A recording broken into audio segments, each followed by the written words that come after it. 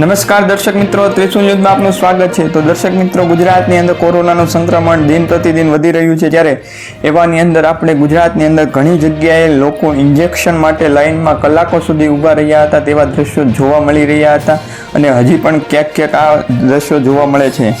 એવી જ રીતે ગયા વર્ષે લોકડાઉન દરમિયાન ફૂડ પેકેટ્સ માટે પણ કલાકો સુધી લોકો કતારમાં ઊભા રહેતા। આવી જ રીતે એક પ્રકારના નવા જ દ્રશ્યો આ સુરતની અંદર સામે આવી રહ્યા છે, જેની અંદર હવે મરણના દાખલા માટે પણ સુરત શહેરમાં અલગ અલગ જગ્યાએ લાંબી કતારના દ્રશ્યો જોવા મળી રહ્યા છે। હવે આ લાંબી કતારની અંદર 3 થી 4 કલાકમાં તમે લાઇનમાં ઊભા રહેવા બાદ મળે છે મરણનો દાખલો।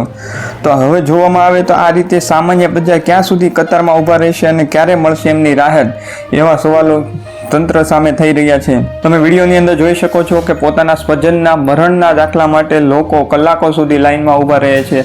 આવા દ્રશ્યો સુરતથી સામે આવી રહ્યા છે, જે તમે વિડીયોની અંદર જોઈ શકો છો। તો દર્શક મિત્રો, આ સામાન્ય પ્રજાને હવે આ લાઇનમાંથી ઊભા રહેવામાંથી ક્યારે છુટકારો મળશે તે તંત્ર સામે સવાલ ઊભા થઈ રહ્યા છે।